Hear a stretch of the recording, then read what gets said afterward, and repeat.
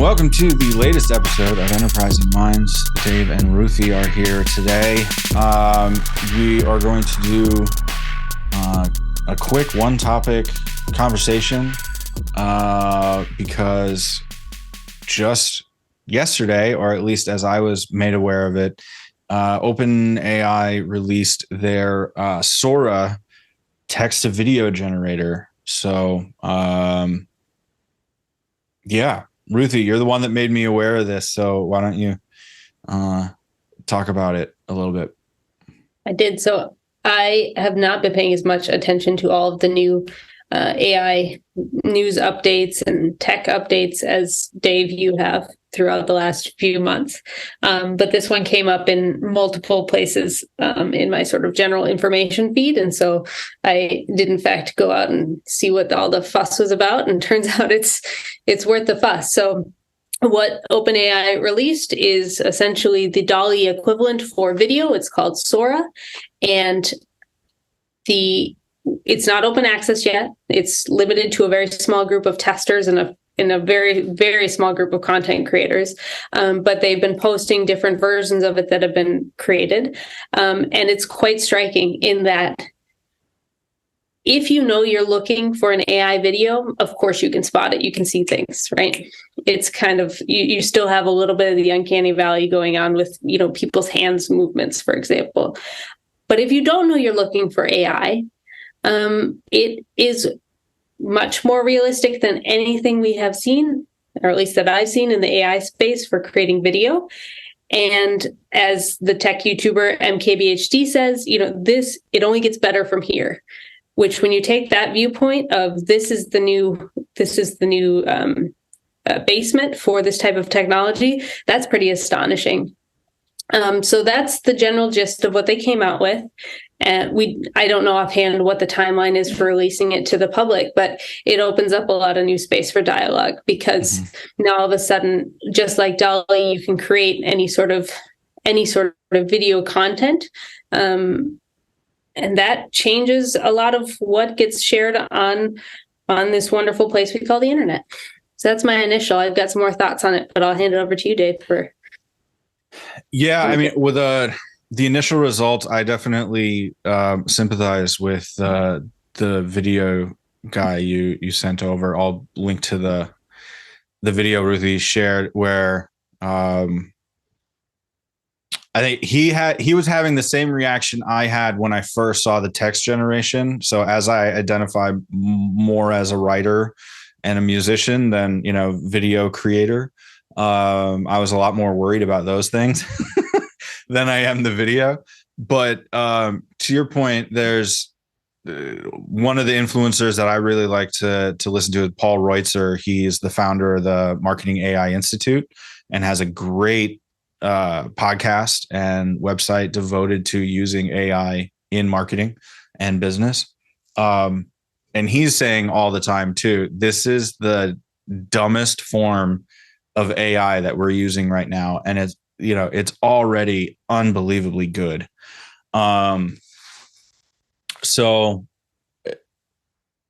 yeah, I think the applications of it could be really cool. Video in particular online gets me a little more worried than text generation, right? Because it's a little more convincing. It's I think about my mom or my niece who may not be as educated in AI or digital marketing communications. And I just go, oh my God, so many people are just going to be convinced of this. Whatever video they see. So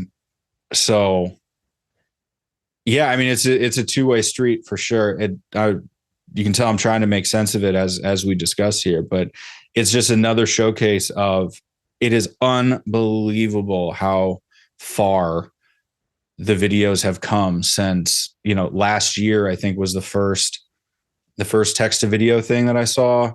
And it was pretty impressive, but it was still just like, ooh, okay, this is new technology. I think Facebook had one, Meta had one that was out for 2 weeks or something. before they shut it down. But I just remember the physics in the video were pretty cool there. But what OpenAI showed on their product launch, like the reflections on the street in the video of the Japanese woman walking down a Tokyo street, right? The fact that you had the neon signs and the lighting was correct and the shadows moved and the reflections were in the puddles on the street, and like all these little detail things are just like, oh my God, that is unreal. That is unreal. So, all right, I'll pick it up from there and sort of go off in a couple of different directions. So 3 general thoughts. First one is I reflect on in the marketing world, we use a lot of video, we use a lot of copy, and we use a lot of imagery in order to create advertisements. Mm-hmm. And the creation of all these mediums has become cheaper and cheaper. In the short run, I think that just makes it easier for incumbent companies, small startups, to get an edge on large enterprises who are a bit slower to adopt. It's all of a sudden much cheaper for the startups and the smaller businesses to create sort of really nice, good, potentially effective advertising. Whereas the enterprises, they take a little bit longer to adopt this sort of thing. They can't move as quickly. So I think that's sort of a short run effect. I think in the long run, it probably buffs out. And I think also in the long run, these shifts in the cheapening of content going into advertising and other things is going to continue to shift the way in which the marketing landscape has evolved, right? We've seen this already with the advent of the internet that had a big change in how we do marketing. I think in the last sort of 5 to 10 years or so, we've seen the influx of content creators as almost like you're outsourcing your marketing to influencers and content creators. Right. This seems to me another technology change that's going to shift the way the marketing landscape happens and what's effective. Just as a quick note, I think it's notable that the Super Bowl ads, at least in my eyes, have been becoming less and less amazing, so to speak. I think that all of the creative agencies that used to do the Super Bowl ads and make them awesome, they've now directed their attention elsewhere because they know they can get more bang for their buck in other mediums, and the Super Bowl just isn't the thing. So I think we're already seeing that shift in the marketing landscape, and that the Super Bowl thing is just a symptom. I wanted to make sure that I shared here because it was just something that struck me this last weekend. Mm-hmm. So the marketing landscape is going to shift. How? I'm not entirely sure. I'm going to have to think about that. But the last thing, which is in a totally different direction, is I see that video technology and I go, ooh, what does this do to the gaming industry? How do we think differently about games in the future? Be they just sort of indie games or the AAA games. I think of something like Skyrim, right, which I am a huge old fan of. When Elder Scrolls 6 comes out, it's going to be a great day. And I think about how boring the dialogue options became overplaying it, right? You know, an arrow to the knee. You can only hear that, like it became a meme of how often they would repeat some of these lines. And so one of the cool things I think I'm looking forward to seeing is how gaming shifts because of the ability to do these sort of generative language within, audio. But then also maybe you can expand that to video too. So all of a sudden, right, Skyrim is a huge world. It's very immersive, and there's other even more impressive versions of this where you've got these huge worlds. Maybe this sort of technology just improves the ability for games to create those immersive worlds that you can't do if you have to create it all, essentially. Yeah, I think coming off of those, I do think that it unlocks a lot of the harder mediums to more indie creators. Like when I watched the OpenAI stuff, or before this announcement, Runway AI was at least in my mind, kind of the leading text to video generator. the immediate thought that I had was, if you were creating these kind of like, alien worlds or landscapes or something where you may not have, budget for a huge studio or something, but you can still shoot in green screen or something, you could then bring that idea to life more easily through the AI generated landscapes. So that's one thing. When I watched the OpenAI video of the woman walking through Tokyo, I immediately thought of a music video idea that I've had for one of my songs for like 12 years. Never had enough money to do the traditional video shooting or storyboarding, like, and I just went, wow, okay, if you got enough of these sorts of clips, you could weave together a narrative of these individual shots to create a kind of mood and then, put that out. Right. So that is kind of a cool thing. And then, shots of the band playing or the artist singing would just be kind of B-roll for the, for the AI generated stuff. But, yeah, it's cool how close you can get from, having the idea to now producing things. The other thing my brain immediately goes to is, okay, what is the copyright implications of this? Right. So I think it's a little bit more defined for writing. The Copyright Office came out and said that, it has to be majority produced by a human in order to be eligible for it, which means you can essentially create an outline and then write it yourself. And that kind of counts. Now, again, if you're going to do anything with this, don't take this as advice. Talk to your lawyer. But that at least seems doable, right? But if there's if you cannot copyright the video, AI created videos, and it plays a role in a background or something, all of a sudden, like it, for off the head example, if Marvel used an AI generated alien world background, could any schmo use that same background because it's AI generated, right? Where does that copyright fall?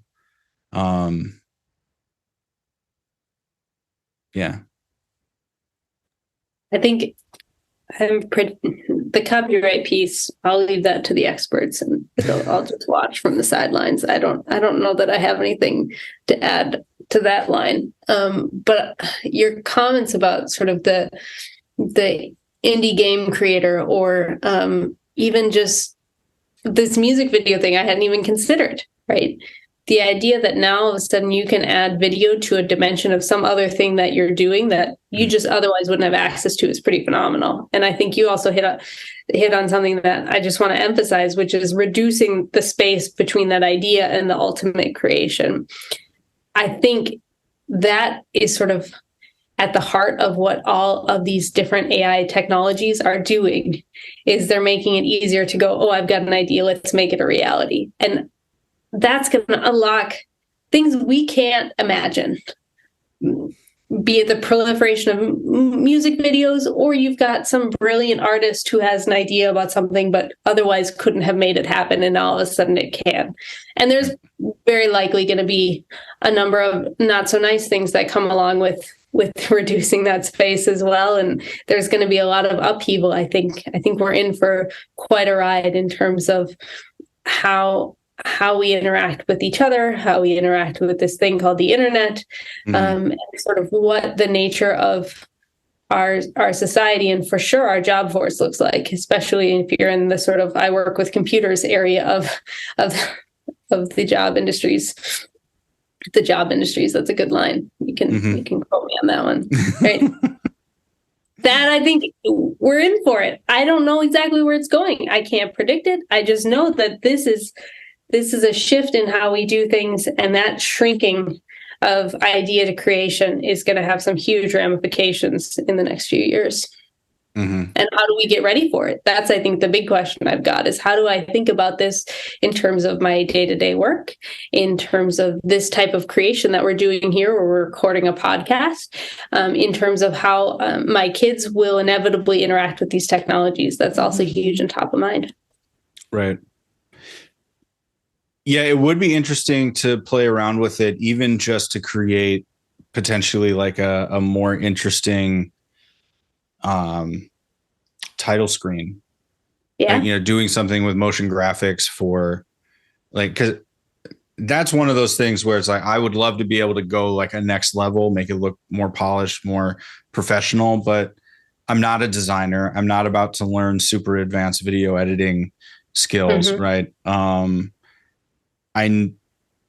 This is something that I was talking with a friend about recently, where it's, with the AI stuff, I feel only comfortable really working on the stuff where I know how to explain it and I know how to talk about it, but I don't necessarily know how to do it. Right. It's the same thing when I'm looking at an Excel spreadsheet.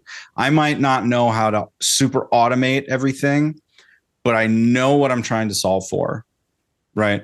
So whereas before I was going to a website that could show me all the tips and tricks of Excel, now I can just say, I want to learn this particular thing, see if it's there. Yeah. Right. That is wonderful. And I was driving around yesterday and I was thinking, wow, okay, I'm able to, this problem of being able to take idea to creation to final thing through the creative process so much more quickly and so at such a higher level than before. I wonder if we see the cycle of burnout completely compress because you'll be able to create so much constantly, right? That maybe you don't take enough time for yourself because you're so good at, good creative is more about saying no to all the random ideas you have, right? But now we're getting to a point where it's super easy to just create it because you had the idea. Yes. That I wonder about that because I don't know that enough people will, take the day to sleep on the idea before putting it out to the world. Right. I mean, because I have enough experience with the music side of things where it's like, I think I nailed the take. I nailed the mix on the night that I'm recording it. I go to bed, I come back, I listen to it and go, what was I thinking? That's trash. I have to redo it. Like, I think you bring up a really good point. I would never have taken the burnout angle. The angle that I think of is somewhere along the lines of the lean startup book that came out a while ago that says, hey, just get your ideas out there. You don't know which one's going to work. So put them out in front of people because one of them may take off. You just don't know which. And as I think about this influx of all of the ideas that can now become reality, I think of, hey, what are the amazing things that wouldn't otherwise have existed because the transaction costs for making it a thing were too high. And now all of a sudden, my optimist is thinking we are going to see a fair amount of growth as a result of this, simply because of the surge of ideas that can now be turned into something real. Mm-hmm. Mm-hmm. Yeah, and it's interesting because with the music examples, I was recently at a show for one of my favorite bands called Machine Head. Right, they're out of San Francisco. They're like a heavier Metallica if you're unfamiliar with them. But they've been around since the mid 90s and they've gone through all the analog stuff, all the digital stuff.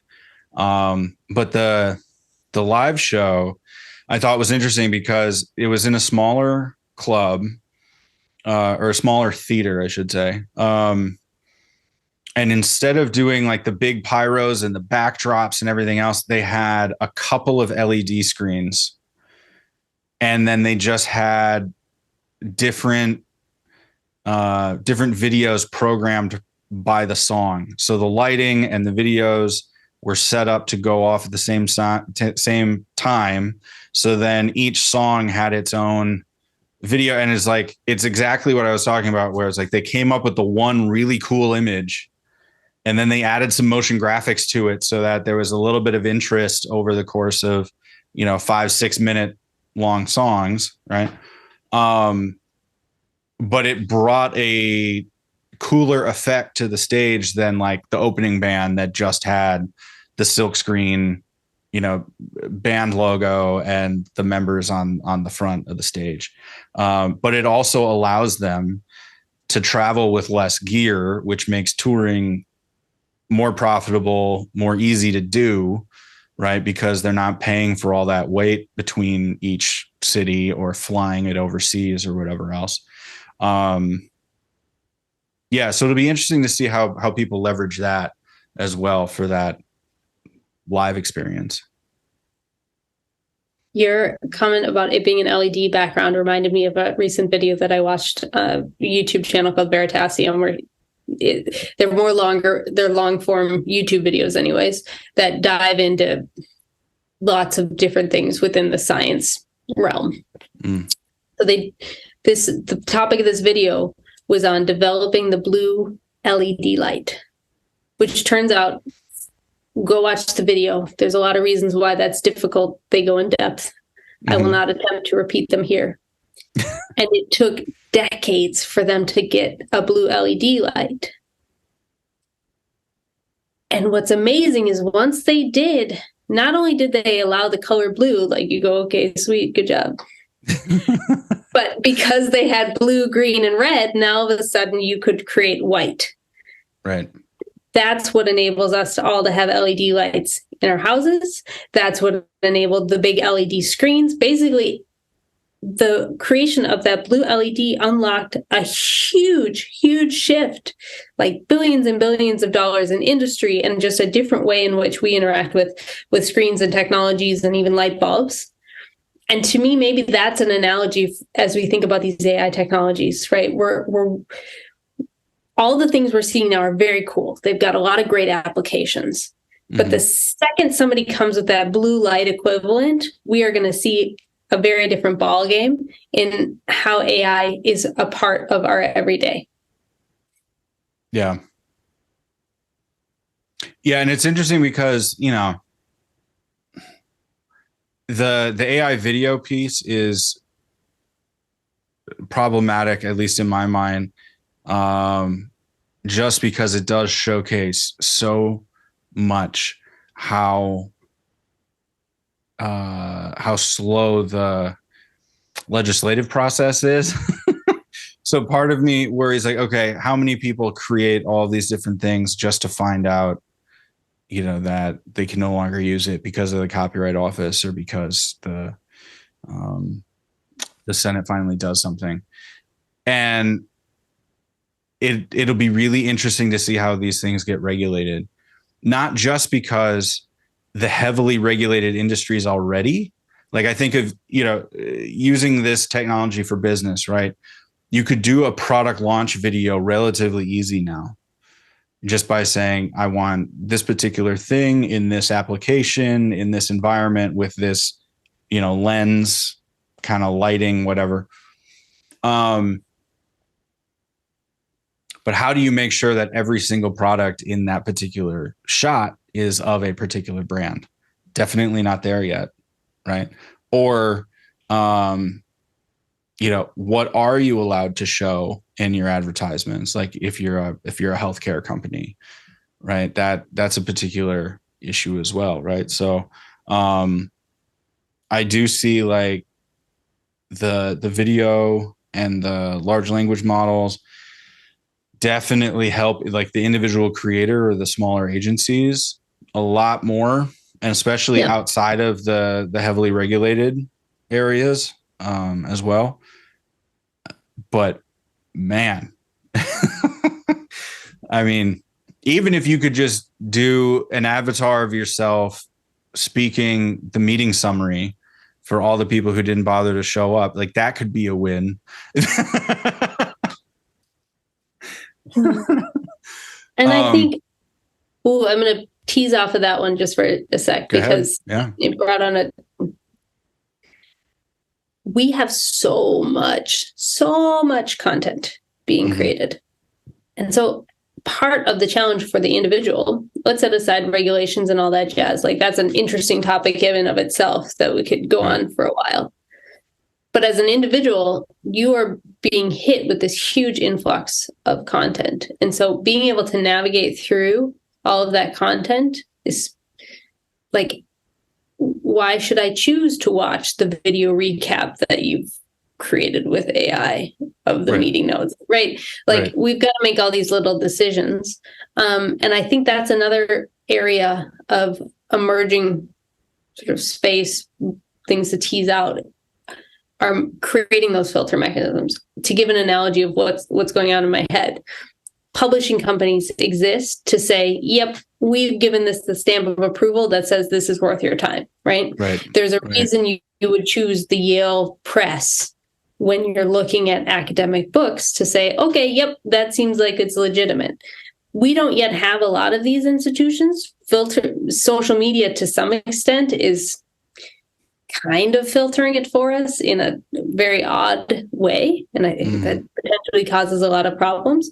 And so I think that's a lot of untapped potential too, is helping the average person navigate through the deluge of content that's coming and will be increasing over time. Yeah, I think it'll really bring us back to some fundamentals, though. You know, like, the nice thing about a particular creator and the creator economy is that you identify with some aspect of them, right? And there's a trust there through the knowledge sharing, right?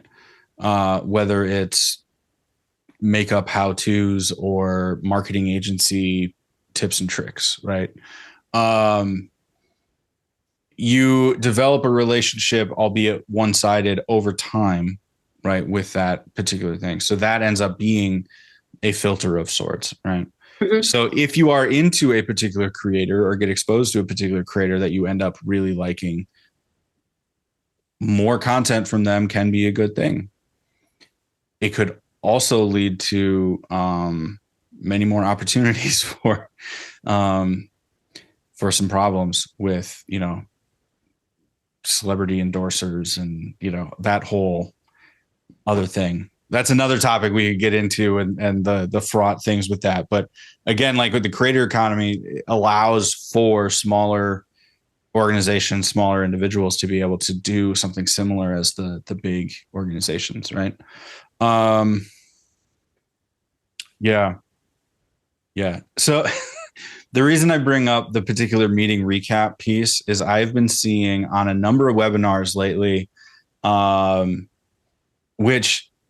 side comment, anybody who's hosting a webinar, for the love of God, don't make it about yourself unless it's specifically a product promotion thing. Like, that's not why I'm here.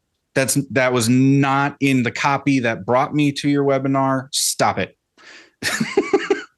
Right? Okay. Small rant aside.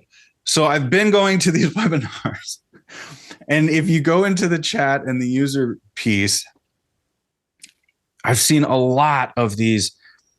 Hi, I'm blah, blah, blah, so-and-so's AI meeting agent. And it introduces itself. And that, to me, it's like, okay, maybe you're getting something from it. Because yes, a lot of webinars are a waste of time. I get it.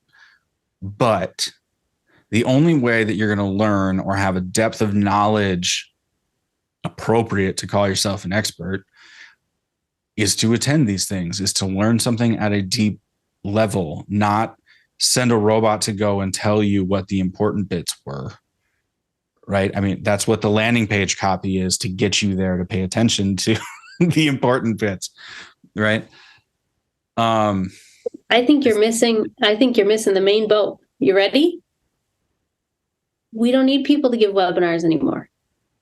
The that would AI be nice. can do the whole webinar, and they can take out all the nonsense straight up. And It's just AI webinars. We're going to need a new name. So with that, though, is a trust factor. So the reason the AI associate thing bothers me a bunch is, for me, that's a respect thing. Like, if I put in a ton of time and a ton of work to bring a quality presentation to you, I don't want to be talking to your ghost. Like, that's disrespectful, right? So maybe that's my own thing to get over. I'm fully open to that. It's a participant's AI? Yeah. What? People are already having AIs attend webinars for them? Yes. That's the thing, where it's, happy to be here. So-and-so's AI is attending this webinar on their behalf. So then you just get a summary of what was presented during the webinar to you without having to go to the webinar. So it's like, you sent your friend to your college class to take notes for you, right? Did you learn anything? No, because you weren't in the class. You were off doing something else, right? Just because you look over the notes doesn't mean you're going to learn anything. You're only working towards a bare minimum of something, right? So that's one thing, right? But I do agree with you on the presentation side of things. You should start rethinking about, okay, what's going to be a valuable way for me to communicate this? Maybe it's more in-person presentations rather than the ease of online digital things, right? Because if you have a live in-person thing, then you can do the coffee and donuts beforehand, and then you can, do the networking afterwards, or answer questions or whatever else after, right? That's a little bit more of a conducive medium than just I'm going to talk online and record it because it's easier for me to do that kind of thing, right? Man, I need Alex here to talk about how we're going to have webinars, or AIs attending webinars that are given by AIs, and the cycle just perpetuates itself. I think here's what's coming to mind. I didn't understand what you said at first, that it's truly an AI attending the webinars and then providing the Cliff Notes version. And then I think back, oh, right, Cliff Notes and Spark Notes, people have been doing that for ages. Like, just give me brass tacks. What are we here for? So I sort of take that as like, that's just human nature. I shouldn't be surprised at that. One of the things that does come to mind, though, is over the last couple decades, we built an infrastructure around the existing technologies. Right. A key example I have, if you're a nurse, you can get certification. You need to get certain number of certification hours. One of the ways that you get those certification hours is by attending, say, hour-long webinars, right, in order to fulfill. And if we've got an infrastructure for certification based off of webinars, and all of a sudden you introduce this new thing, now we've got to rethink how that certification works. And I think those are the types of little details that are going to be unraveling and evolving over the next few years in particular with this new technology that, again, I can't even think of all of them, but there's one more that I've just added to the list. Right. Yeah. Definitely lots to think about. And the more these things improve, the more intense the decisions will have to be, for sure. Because I also think, brand safety, right? I mean, I can't take the PR hat off. Once it's ingrained, it's ingrained. Yeah. Yeah. Lot to think about. Hope you enjoyed the conversation. Appreciate the time. Write any comments, reviews. Let us know what you're thinking on this. Have you experienced it yourself? The video AI. And we will see you in the next episode of Enterprising Minds. Appreciate it. Cheers.